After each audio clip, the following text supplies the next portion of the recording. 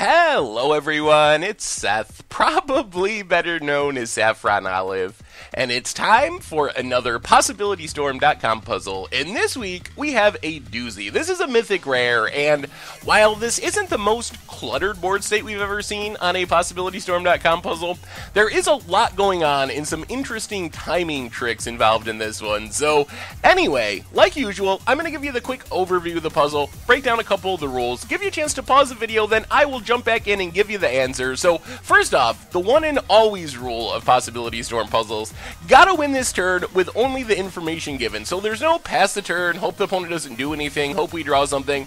If our opponent untaps, we gotta assume that they're gonna kill us. So that's number one. As far as this puzzle in specific, there's a few things worth mentioning. First off, opponent's at 6 life, so that's the amount of damage we need to do to our opponent to win this turn. So that's kind of the target. Otherwise, Spontaneous Artist on our side of the battlefield is enchanted with Consuming Fervor. It has 4 -1/-1 counters on it. So Consuming Fervor gives it +3/+3, so it's a 6/6, but it has 4 counters, so it's actually a 2/2 right now. So keep that in mind, it's not a 3/3. Those aren't +1/+1 counters. It's a 2/2 right now. Our opponent has 2 energy, relevant to their Ether Geode Miner. Our opponent also has blue mana available, relevant to their Siren Storm Tamer, and we are at 0 energy, relevant to our Harness Lightning, our Spontaneous Artist. So anyway, I will let you look this over, see if you can come up with the solution to this week's puzzle, and I will be right back to give you the answer.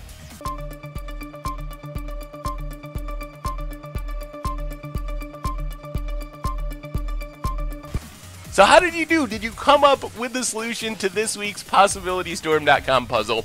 Let's break down this puzzle. So this is actually a really interesting board state. Our opponent's at 6th life, but they have a lot of really tricky creatures on their side of the battlefield.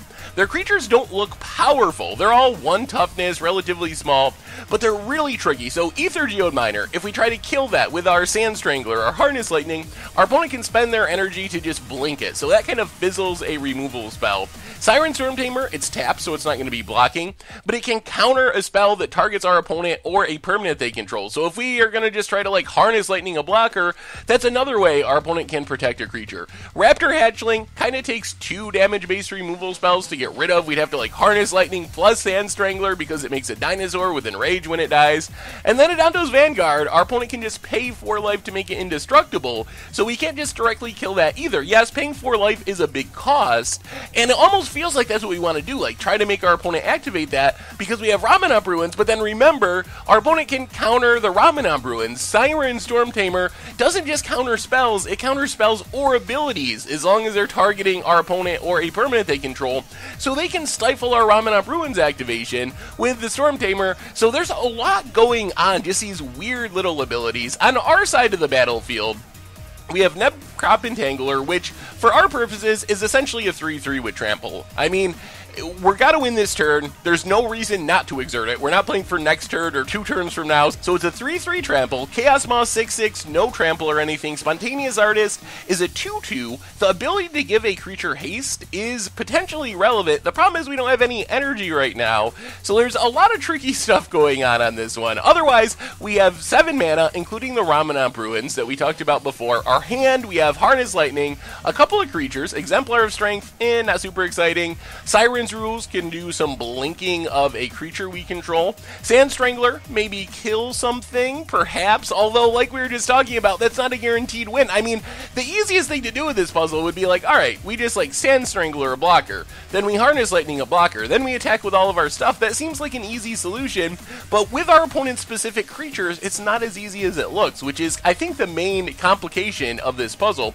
We also have Disallow, which, since our opponent can't really cast spells at instant speed, it's basically going to be Stifle mode. So I think the first thing to check is, can we just win by attacking? And the answer here is pretty clearly no. We swing with our creatures, our opponent just blocks, blocks, blocks.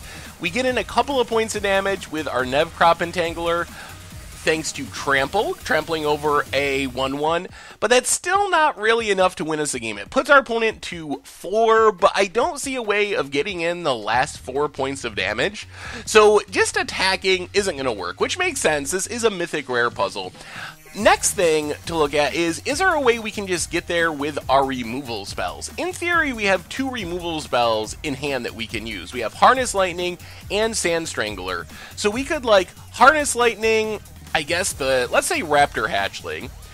Kill the Raptor Hatchling, opponent gets a dinosaur, then we're able to Sand Strangler the Raptor Hatchling to kill the Raptor Hatchling, but there's a problem here, because our opponent at any time can just sacrifice their Siren Storm Tamer and keep that creature alive. If we target Ether Geode Miner, our first removal spell, opponent can pay their energy to blink it. Our second removal spell, they can Siren Storm Tamer, plus just getting rid of one blocker by itself isn't enough to win us the game, because our opponent could just chump our Chaos Maw, chump our Spontaneous Artist, take 3 from Nevcrop Entangler. So there's actually a lot of problems going on. For us to win, we need to get rid of multiple creatures, which looks to be impossible thanks to the specific creatures our opponent has, or we need to get a bunch more creatures on the battlefield, which in theory we could try to do. I mean, we have Harness Lightning, which we could use like an energy ritual, just target one of our own creatures to get some energy, and then we could use our mana to like play a Sand Strangler, target a Adanto Vanguard maybe, force our opponent either to let the Adanto Vanguard die or pay a bunch of life. Then we could use our leftover bit of energy from the Harness Lightning to give Sand Strangler haste, swing with our entire team. The problem there is our opponent still has that Siren Storm Tamer, so they could just fizzle the Sand Strangler ability. They still have 3 blockers on the battlefield. We kind of used all of our mana to go Harness Lightning, Sand Strangler, plus Spontaneous Artist. Our opponent just blocks our non-trample creatures, takes 3 again from Nevcrop Entangler.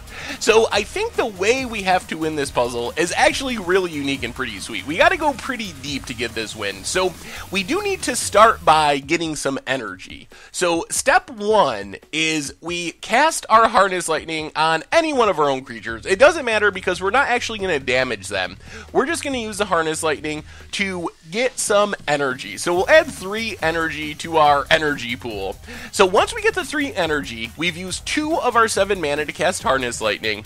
Our next step is to use Siren's Ruse. So Siren's Ruse has a sweet upside in this scenario. First off, it can't be Siren Storm Tamered, because it's not targeting our opponent's stuff. Secondly, if we target our Chaos Maw with Siren's Ruse, we kind of get this removal spell that targets nothing but kills all of our opponent's stuff potentially. So let's blink our Chaos Maw with Siren's Ruse. We don't draw a card because it's not a pirate. So our Chaos Maw leaves the board, returns to the battlefield. It's going to put a trigger on the stack that says deal 3 damage to each other creature. So that trigger goes on the stack, and this is where the timing becomes important. So the trigger for Chaos Maw is on the stack.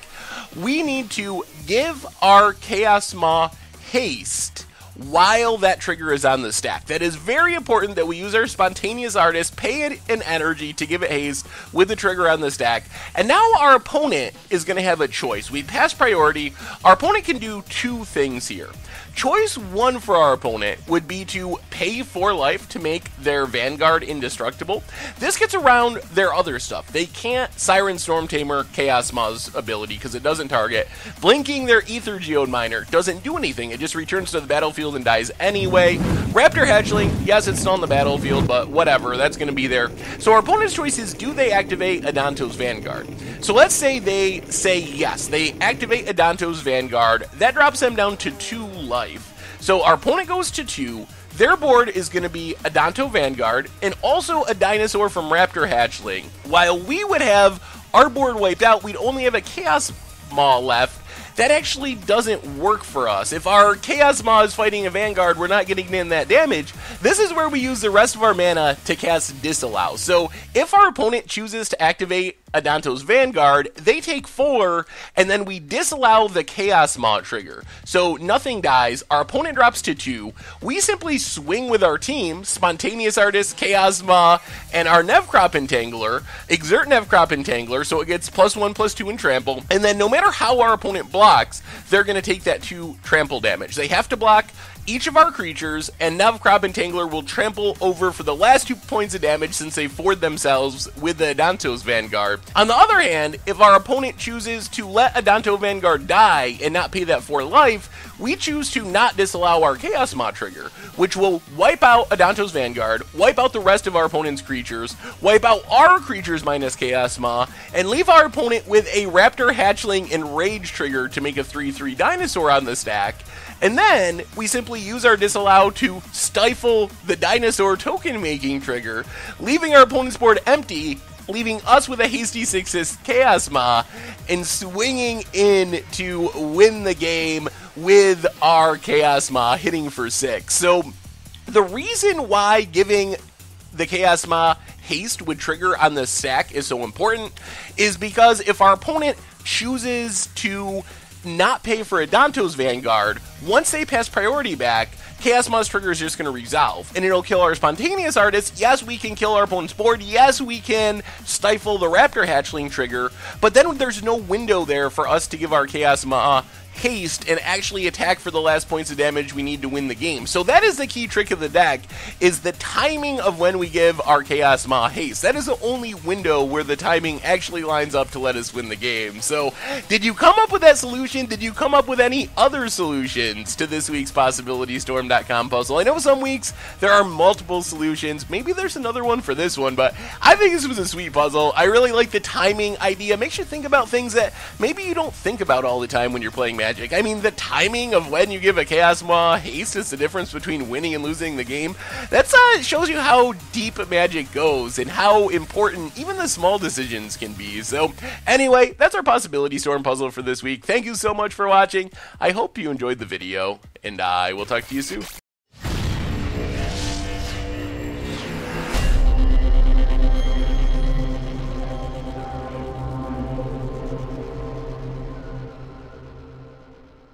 Thanks for watching the video. If you enjoyed it, help us out by clicking that like button down below. And to keep up on all the latest and greatest, click that subscribe button. And don't forget to hit that bell icon to get alerts whenever we have new videos. And if you want to, check out some of our other sweet videos here and here.